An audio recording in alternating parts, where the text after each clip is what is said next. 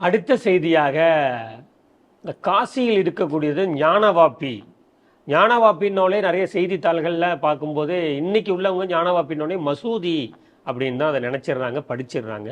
அது ஞானவாப்பி மசூதி மட்டுமல்ல, ஞானவாப்பி சிவன் கோவில் தான் அது அப்படின்னு உத்தரப்பிரதேச முதல்வர் யோகி ஆதித்யநாத் கோரக்பூரில் நடந்த ஒரு மீட்டிங்கில் அதை பேசியிருக்காரு. அந்த கதை தொடர்ந்து நம்ம பார்த்துக்கிட்டு வந்துட்டு இருக்கோம். 1991 அந்த வழக்கு தொடர்ந்து நடைபெற்று வருகிறது.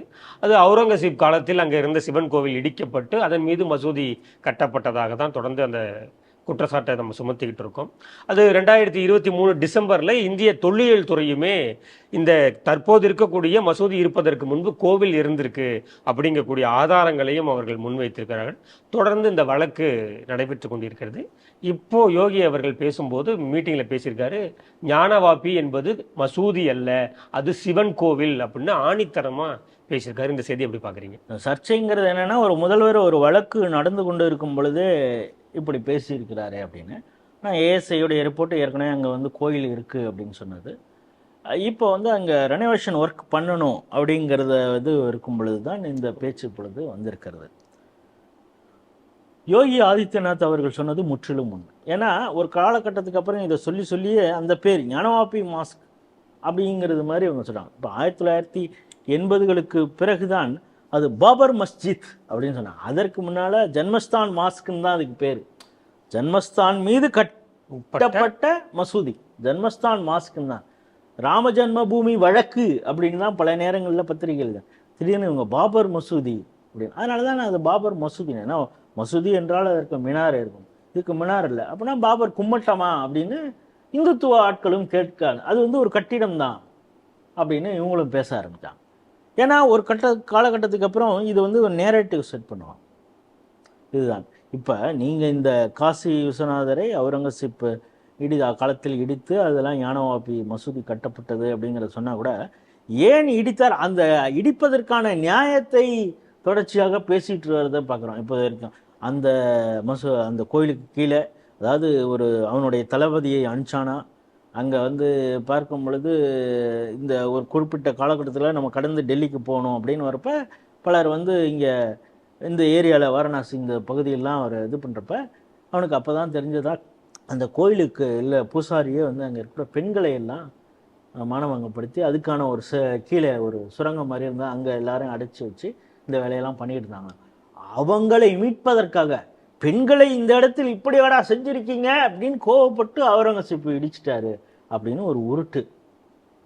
இதை வந்து நம்ம ஸ்ரீ தொலைக்காட்சிகளே ஜெயராமன் உள்பட பலர் பேசியிருக்காங்க. ஏன்னா இதை யார் பேசுவாங்கன்னா, அப்பொழுது கவிக்கோ அப்துல் ரஹ்மான்ங்கிறவர், அவர் பல இடங்களில் இந்த விஷயத்தை அதாவது நியாயப்படுத்துறது மாதிரி பல விஷயங்களை பேசியிருக்காரு அப்படின்னு சொல்லுவார். அது மாதிரி ஒரு நேரேட்டிவ் செட் பண்ணுறது, அதாவது அதை இடித்ததுக்கும் ஒரு நியாயம் இருக்குங்க, சும்மாவா அவுரங்கசீப் இடிப்பார் அப்படின்னு.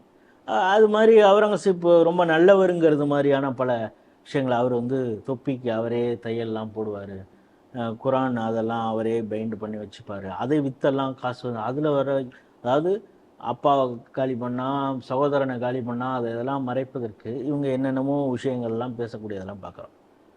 ஆனால் இந்த நேரேட்டிவ் வந்து இது காலங்காலத்துக்கு இது நம்மள்கிட்டே இது இன்கிரிப்ட் ஆகிடுது.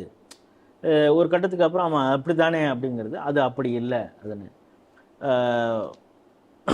இப்பொழுது நாகாலாந்தில் கவர்னராக இருக்கக்கூடிய இலகணேசன் கூட ஒரு முறை அவர்கள் சொல்லி நான் ஒரு விஷயம் கேட்டிருக்கேன். ஏன்னா அவர் இங்கே சவுத்தில் எங்கேயோ போகிறப்ப இந்த இடம் இது வந்து ஆற்காடு நவாபு கொடுத்தது அப்படின்னு யாரோ சொன்னாங்களாம். அப்போ அவர் கேட்டாராம், ஆற்காடு நவாபு இங்கே வந்து ஆட்சி பண்ணால் அதுக்கு முன்னால் இது யாருடைய இடமா இருந்தது அப்படின்னு. இது அவர்களுக்குங்கிறது எப்படிங்க, இது ஆக்கிரமிப்பாளனுக்கு எப்படி ஒரு நிலமா இருக்க முடியும்? ஒன்று அவன் வந்து சண்டை போட்டோ சூது செய்தோ ஏதோ ஒன்று தான் வந்திருக்கான். அதுக்கு முன்னால் இந்த இடங்கிறது யாராக இருந்தது, அவங்க கொடுத்தாங்க அப்படின்னா அது எப்படி அப்படிங்கிறது மாதிரி அதைத்தானே அவர் இப்பொழுது யோகி ஆதித்யநாத் சொல்கிறார். இது வந்து காசி விஸ்வநாதருக்கான ஆலயம், அதில் இப்பொழுது சர்ச்சைன்னு ஒன்று இருக்குது.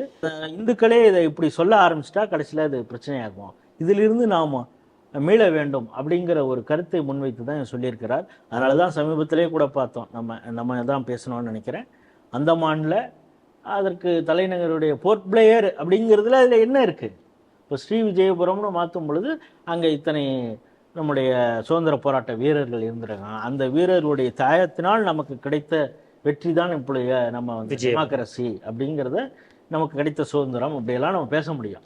போர்ட் பிளேயருங்கிறதுனால என்ன இருக்குது அப்படிங்கிற அந்த காலனித்துவ சிந்தனையிலிருந்து கொஞ்சம் காலனிங்கிறது நம்ம வந்து பிரிட்டிஷ் அப்படிங்கிறதோட நம்ம நிறுத்திடுறோம். முகல்ஸ் அவங்க 800 ஆண்டுகள் நம்மளை ஆட்சி செய்திருக்காங்க. அந்த அடிமைத்தளத்திலிருந்து நாம் விடுதலை பெற வேண்டும் அப்படிங்கிற நோக்கத்தில் தான் மிக சரியாக யோகி அவர்கள் சொல்லியிருக்கிறார். அந்த கருத்தை நாம் முழுமையாக வரவேற்கிறோம்.